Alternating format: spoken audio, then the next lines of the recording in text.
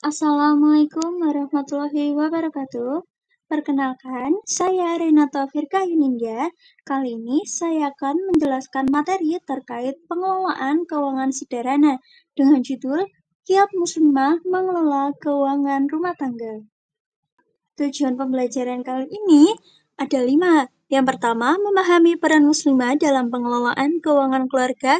2. Menguasai prinsip-prinsip keuangan Islam yang praktis. 3. Mampu menyusun anggaran keluarga sesuai syariah. 4. Dapat mengimplementasikan strategi berhemat dan investasi halal. Yang kelima, membangun komunikasi keuangan yang harmonis dalam keluarga. Yang pertama, kita akan masuk ke materi landasan syariah dan peran muslimah. Landasan syariah terbagi menjadi 2. Yang pertama, Al-Quran. Contohnya, dan orang-orang yang apabila membelanjakan harta, mereka tidak berlebihan dan tidak kikir. Dan adalah pembelanjaan itu di tengah-tengah antara yang demikian. Quran Surat Al-Furqan ayat 67. Selanjutnya, landasan hadis. Dengan contoh, tidaklah seseorang memakan makanan yang lebih baik dari makanan yang dimakan dari hasil kerja tangannya sendiri. Hadis riwayat Bukhari. Masih dengan materi landasan syariah dan peran muslimah, kali ini ada 5 prinsip keuangan Islam.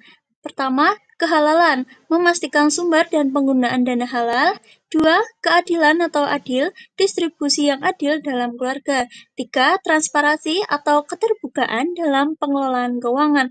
4. Tanggung jawab sosial seperti zakat, infak, sedekah. 5. Kehati-hatian atau menghindari gharar, ketidakpastian, dan riba. Selanjutnya ada peran muslimah.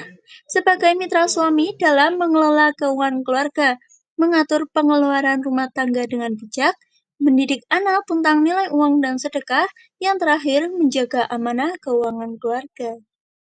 Lanjut ke materi selanjutnya, yaitu Formula 50-30-20 Islami. Formula ini diadaptasi dari konsep budgeting modern dengan sentuhan nilai-nilai Islam, di mana setiap alokasi memiliki hikmah dan tujuan yang jelas. 50% untuk kebutuhan pokok seperti makanan, tempat tinggal, pakaian, kesehatan, dan pendidikan.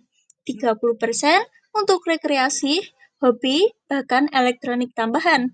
20% dana darurat, investasi halal, dan masa depan. Tetapi tetap prioritaskan zakat, kebutuhan pokok, tabungan, lalu keinginan.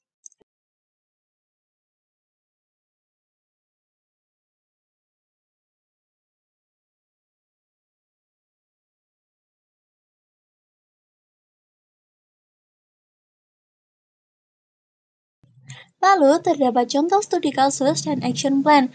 Yang pertama, keluarga dengan gaji 8 juta rupiah per bulan. Kebutuhan pokok 50% sebesar 4 juta rupiah, keinginan 30% 2,4 juta rupiah, tabungan dan investasi 20% sebesar 1,6 juta rupiah, dan zakat sebesar 200.000. Untuk rencana 30 hari pada minggu pertama, catat semua pemasukan dan pengeluaran. Minggu kedua, buat budget dan alokasi dana. Minggu ketiga, implementasi dan tracking harian.